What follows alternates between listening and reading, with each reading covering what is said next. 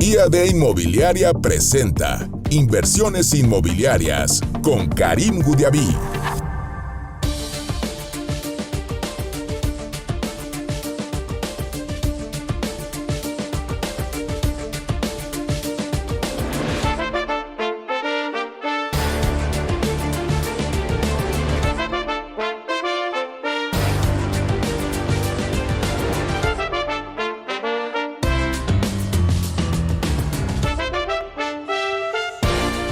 ¿Qué tal, querida audiencia? Les saluda Karim Goudiaby, conductor del programa de inversiones inmobiliarias. Es un gusto poder acompañarlos una vez más aquí en Grupo Imagen, Radio y TV Multicast. Feliz de poder pasar estas 2 horas juntos y de platicar, por supuesto, de lo que nos gusta, lo que nos apasiona, bienes raíces. Siempre lo hacemos con un ángulo un poco particular. Obviamente buscamos entender qué está pasando en el mundo y cómo esto impacta, obviamente, la inversión inmobiliaria y cómo nosotros, como inversionistas, por supuesto, podemos aprovechar estos movimientos, a veces micromovimientos, muchas veces macromovimientos, a veces movimientos ligeros. Desafortunadamente, desde hace 6 meses, movimientos constantes de la economía mundial. Platicamos antes de entrar al aire con Carlos López Jones, que es nuestro primer invitado, nuestro economista in-house. Mensaje para David Páramo, que acabamos de cruzar. David, por favor, no nos robes a Carlos. Viene aquí para platicar con nosotros en el programa de lo que sucede en el mundo, intentar descifrar lo que sucede en el mundo en realidad y ayudarnos a tomar decisiones inteligentes de inversión. ¿Cómo estás, Carlos? Karim, bueno, pues sorprendido todos los días, ¿qué te puedo yo decir? No todos los días tenemos noticias nuevas. Cada vez peor. Es que te decía, Donald Trump, por ejemplo, ha abierto 5 frentes. El frente migratorio, el frente del comercio internacional, el frente del comercio, voy a llamarlo doméstico, porque el tema casi es como si fuera una sola zona, ¿ok? El frente de la guerra con Rusia y Ucrania y el frente ahora de la guerra en el Medio Oriente entre Israel, Hamas, ahora Irán. Muchos frentes. Muchos frentes en donde no le ha estado yendo tan bien como él quisiera. Se tiene que salir del G7 el lunes, es la gran noticia. Y dice, pues tengo que ver el tema de Israel con Irán, y llevamos 72 horas sin saber cuál es esa gran decisión que iba a tomar. Y hoy en la mañana nos dice, bueno, me voy a esperar otras 2 semanas. Entonces, como que pues, más bien fue como pretexto lo del G7, en donde tenía que haber platicado con Europa y a lo mejor no quiso quedar mal con Rusia, en donde tenía que haber platicado con el primer ministro de India, con la mexicana, con Claudia Sheinbaum, que son los 2 países que más reciben remesas, y está todo este tema de este impuesto a las remesas de Estados Unidos, que ya fue aprobado, de 3.5%, ¿no? Entonces, son muchísimos frentes. Habló con China, pero pues no quedó muy claro cómo quedó el acuerdo comercial. Parece ser que sí hay un acuerdo comercial entre Estados Unidos y Reino Unido.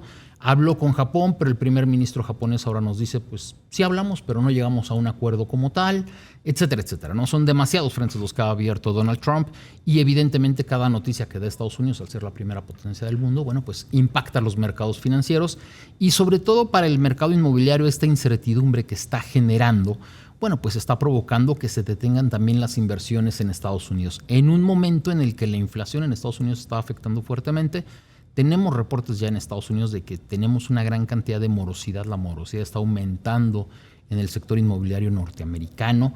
Vamos a ver esto cómo afecta en los próximos meses. Y bueno, en México, pues, ¿qué te digo? Y ahora vamos a platicar de la relación, obviamente, entre la política americana monetaria y, por supuesto, la política monetaria mexicana. Pero muy interesante que el clima... salimos de un clima y a veces olvidamos un poco lo que pasó en los últimos 2 años, porque pues parece que era hace una década.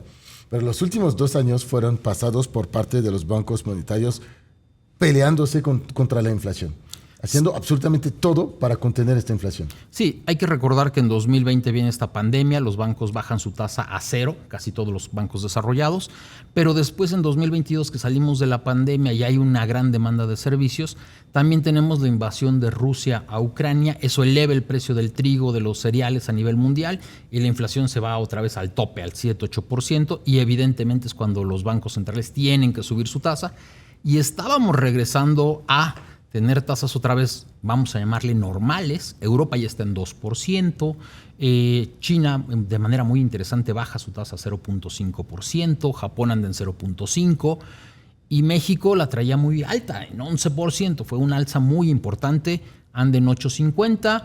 Y bueno, esta semana también tuvimos datos importantes de inflación que nos harían pensar que Banco de México no debería de bajar su tasa la próxima semana, pero muy probablemente sí lo va a hacer, ¿no? Contra toda lógica. Y Estados Unidos la deja en 4.25 cuando hace 6 meses yo te hubiera dicho ahorita ya tendríamos que estar en 3.5. Exacto, y ahí es donde quería tu análisis, porque yo me acuerdo muy bien de nuestras pláticas donde platicamos de que primero la política monetaria americana y la política monetaria mexicana tradicionalmente son espejos. Estamos viendo que no.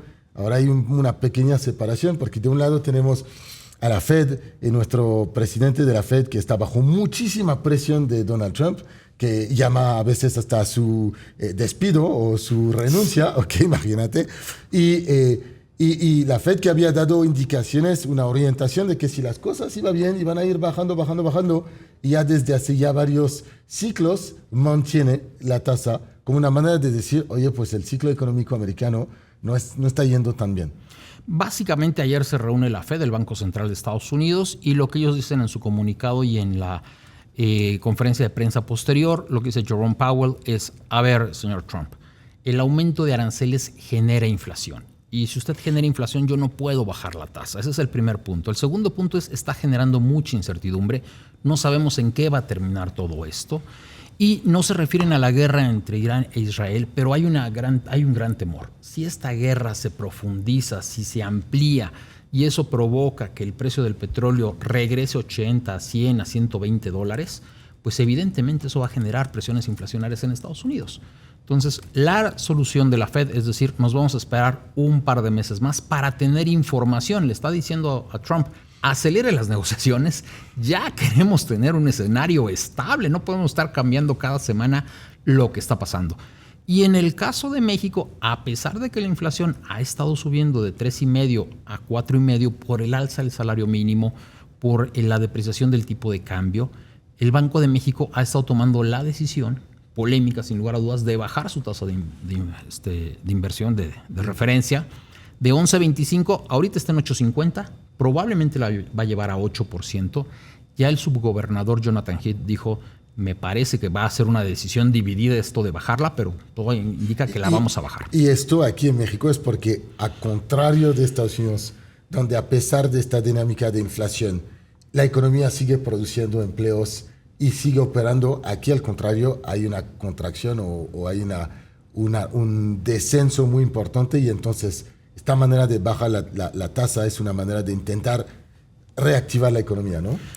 Sí y no. Sí la baja, o sea, sí reactivas la economía cada vez que bajas la tasa, pero no es como en Estados Unidos, que sí es un mandato. En México no es mandato del Banco de México reactivar la economía. Aquí, no sabía esto. Sí, aquí su mandato es único, solamente tiene que controlar la inflación, pero aquí sí la presión de presidencia y de la Secretaría de Hacienda para que Banco de México baje la tasa, pues aquí sí está dando resultados, cosa que en Estados Unidos no les está dando resultados. Sí. Ahora, ¿cómo esto impacta, por supuesto, con el sector inmobiliario ahora? Si platicamos un poco y lo vamos a intentar ver desde todos los ángulos posibles, qué es positivo, qué es negativo en los segmentos, diferentes segmentos del mercado, interés social o lujo, ¿cómo impacta una baja de la tasa de interés de Banco de México? Mira, en los primeros 6 meses del año lo que nos han mostrado los bancos es que el costo anual total de los créditos hipotecarios se ha mantenido estable. Ya la presidenta, el secretario de Hacienda están platicando con los bancos, pues tuvimos una reunión de los bancos, de la Asociación de Banqueros de México, y hablaron con la presidenta y le dijeron, sí vamos a bajar el costo hipotecario. Entonces creo que es muy buena noticia, creo que volveremos a ver tasas de un dígito que no habíamos visto en 4 o 5 años en el sector hipotecario, y evidentemente eso va a reducir la mensualidad. Hoy vamos a poner un ejemplo. Si la tasa está en 11%, bueno, pues por cada millón vas a pagar 11,000 pesos y te pedirán ingresos por 33,000 pesos, más o menos.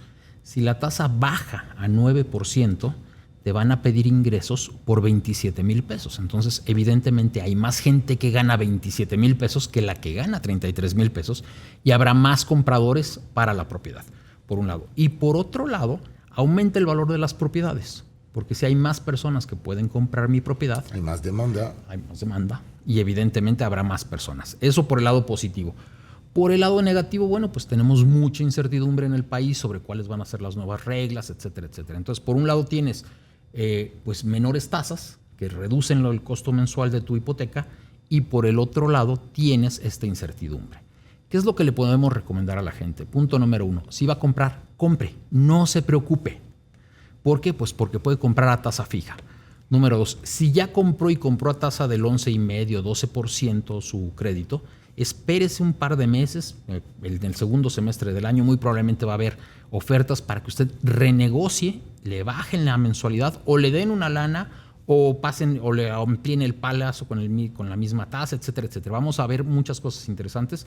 Es buena noticia para el sector inmobiliario que bajen las tasas. Quiero que platiquemos también de lo que platicamos antes de entrar aquí al aire, de las remesas y del impacto que pueden tener las remesas sobre el sector inmobiliario, como quizás una fuente de financiamiento de mexicanos viviendo en el extranjero, en Estados Unidos, que decidieran quizás invertir aquí o simplemente como motor de la economía mexicana. Mira, normalmente las remesas una parte, no sabemos qué cantidad, pero más o menos podemos estimar entre el 15 y el 20% se dedican al sector autoconstrucción. Explican muy bien por qué hay estados en México en donde la autoconstrucción se lleva a cabo y es normal. Un mexicano se va del otro lado y le manda a su pareja, a sus hermanos, a su mamá, a su familia dinero y le dice, oye, constrúyeme mi casa, o veme comprando un terreno, o ve mejorando tu propia casa, ve construyendo un cuarto. Entonces, en ciertos estados, te podría yo decir Oaxaca, Michoacán, partes de Jalisco, partes de Colima, partes de Zacatecas, Durango, todo este sector explica muy bien la autoconstrucción. Más que otra parte es la autoconstrucción. En sexenios anteriores, el gobierno trató de hacer programas donde, mira, yo te voy a hacer este programa en donde si tú pones un peso, yo te pongo otro peso. Tú pones un peso de remesas, yo pongo otro peso de temas recurso público. Pero el gobierno norteamericano no le gustaba mucho porque dice, oye, estás promoviendo la inmigración ilegal y entonces ese tipo de situaciones no permitían. Pero a mí me parece que es un buen programa en donde el gobierno pone un peso si tú pones otro peso y permite que haya más inversión en el sector construcción. Ahora, ¿cuál es tu perspectiva del punto de vista de la negociación que existe entre Estados Unidos y México y Canadá en materia del TEMEC? Y quiero regresar a lo que platicamos hace un par de meses cuando dijimos, pues, Trump lo que quiere a través de los aranceles es que haya acciones aquí claras sobre el control de dos factores importantes para su política doméstica, migración y control de las drogas, fentanilo principalmente. Y vimos ahora con esta aceleración de la presión sobre los inmigrantes ilegales en Estados Unidos, que quizás es algo más que quiere, ¿no? O que no ha sido satisfecho por los avances quizás que se han dado en la primera parte de este semestre, ¿no? Vamos por partes. Fentanilo le ha ido muy bien. Ya hay una reducción interesante en el número de sobredosis, de fallecimientos que han habido en Estados Unidos. Es una cosa muy extraña porque no les interesa la cocaína ni la marihuana, nada más les interesa que no haya sobredosis de fentanilo. Van bien porque estos son los que ves en la calle. Exacto. Los otros están escondidos debajo de un puente, pero es una pena decir esto. Pero caminar en algunas ciudades de Estados Unidos donde ves a gente que está medio zombies, esto obviamente no debe de ser muy agradable ni para el turismo, ni para los residentes locales, ¿no? Y sobre todo porque son personas en edad productiva, es el hermano, es el amigo que a lo mejor estaba estudiando y que de repente cae en las adicciones y de repente te enteras que falleció por una sobredosis, ¿no? O sea, son personas, vamos a llamarle de alguna manera, inocentes que tomaron malas decisiones y que caen en esta sobredosis y evidentemente, bueno, pues eso se ha reducido de manera muy importante. Está el tema de inmigración, que yo ahí te diría, creo que más bien es un tema en donde a Trump le ha ido bien políticamente y cuando quiere desviar la atención dice, bueno, pues ahora nos toca irnos en contra de California o nos toca irnos en contra de Dallas o no. Es un tema más de distracción y de que miren que sí estoy trabajando y que sí tengo esto. El tema de cruces ilegales es impresionante cómo han reducido la cantidad de personas que han detenido en la frontera entre México y Estados Unidos. Pareciera ser que ahí sí tenía razón Donald Trump al decir, es que entra toda la gente porque no estamos haciendo lo correcto para detenerlos. Efectivamente, sí los ha reducido de manera muy importante. Y en el TEMEC yo te diría que por lo que estamos viendo en cuanto a acero y aluminio, tiene más que ver con un bloque comercial. Creo que Estados Unidos lo que quiere hacia finales de 2026 es tener un bloque comercial muy claro, México, Estados Unidos y Canadá, que le haga frente a China. Que China no utilice a México como trampolín hacia Estados Unidos, que es ahorita el temor. Ya lo detuvo en alguna manera, no hemos visto ya nuevos anuncios de empresas automotrices chinas que vayan a poner una planta en México cuando decían que estaban muy interesadas. Hay que señalar que varias plantas automotrices chinas sí se han puesto en otros países de América Latina, ya están entrando a esos países, y en México, aunque se han vendido una cantidad importante de autos chinos, no hay plantas automotrices, que sería el segundo paso. Entonces, pareciera ser que por ahí va. Hay un tema con el acero. Hay que recordar que traíamos un primer impuesto del 25%, ahorita está en el 50%, y ya hay algunas sanciones contra empresas mexicanas que sí estaban trayendo de manera ilegal acero chino a México, y no nada más estaba quedando en México, porque sé que en México no es problema. El problema es cuando lo haces pasar como acero mexicano a Estados Unidos, y en Estados Unidos cuando revisas químicamente los componentes de ese acero, dices, no, esto no es mexicano, esto es chino. Ojo, no tienes una bola de cristal y te voy a hacer una pregunta complicada aquí. Deberíamos de llevarte una así. Así le preguntamos a Carlos de predecir lo que va a pasar en el futuro y le hacemos regresar 6 meses después diciendo, ¿viste? Pero no, pero... Regresaremos. ¿Cómo ves el siguiente semestre? Muy, muy complicado, ¿no? Yo te diría, ¿qué nos falló en la bola de cristal? No esperábamos varias cosas. No esperábamos que Estados Unidos se peleara con Europa. Eso está cambiando el mundo entero porque estamos viendo una Europa que resurge. Eso no había pasado en 80 años. No esperábamos un Estados Unidos que se aliara con los países árabes, ¿no? Y que dijera, bueno, pues Israel tendrá que hacer su juego. Por eso en este momento vemos que está dejando sola a Israel, aunque dice que la apoya, pero pues realmente no hay armas ahí. Eso es algo que no habíamos visto. Evidentemente, Trump tiene que ir preparando las elecciones intermedias de 2026, porque si pierde en 2026 la mayoría, tanto en el Congreso como en el Senado norteamericano, pues se va a meter en problemas para su segunda mitad del año, ¿no? Entonces, tiene que recuperar de alguna manera la popularidad para apoyar a los candidatos, que no se cambian todos, pero sí algunos. Entonces, yo te diría, punto número 1, yo espero que el conflicto entre Israel e Irán no dure más allá de 2-3 meses. Que tengamos un último semestre ya sin ese conflicto, que deberíamos de tener una economía norteamericana todavía tambaleante, creciendo al 1,5 en lugar del 2,5 que habíamos visto. En México creo que vamos a empezar a ver cuáles son las nuevas sentencias del Poder Judicial que nos preocupan mucho, que a todo el mundo nos tienen en vilo, pero eso lo sabremos tal vez hasta el primer trimestre de 2026. Entonces hay mucha incertidumbre. Lo bueno es que 2026 es un año de deporte. Los años, no, pero en serio. Bueno, primero es una oportunidad para México de ganar una Copa del Mundo. ¿Okay? Siempre bromeo con mis amigos mexicanos que si necesitan una, nosotros en Francia tenemos 2. Así que igual podemos prestar una. ¿Okay? No, para que nadie me conteste en las redes sociales y que me insulte después. No, pero en serio, eventos masivos de este tipo ayudan tradicionalmente un poco a la euforia en el consumo, ¿no? Ayudan en el consumo, ayudan en la publicidad, porque evidentemente las grandes empresas se suman a estos eventos, ponen camisetas, ponen boletos, ponen cualquier cantidad de cosas. Yo te diría, lamentablemente, la Ciudad de México en temas inmobiliarios no está aprovechando esto, porque estamos a un año y ya sabemos, por ejemplo, que el Aeropuerto Internacional de la Ciudad de México no va a estar listo, ¿no?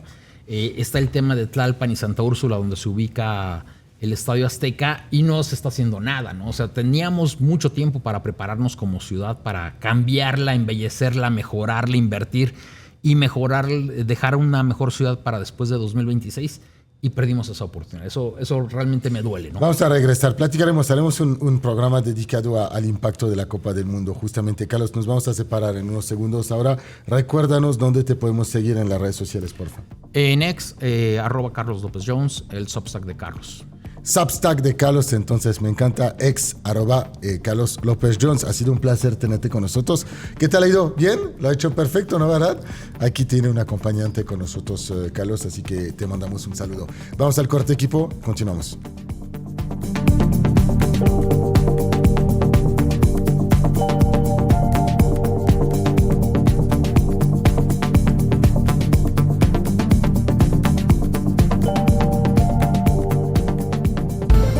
Inversiones inmobiliarias con Karim Goudiaby. Regresamos.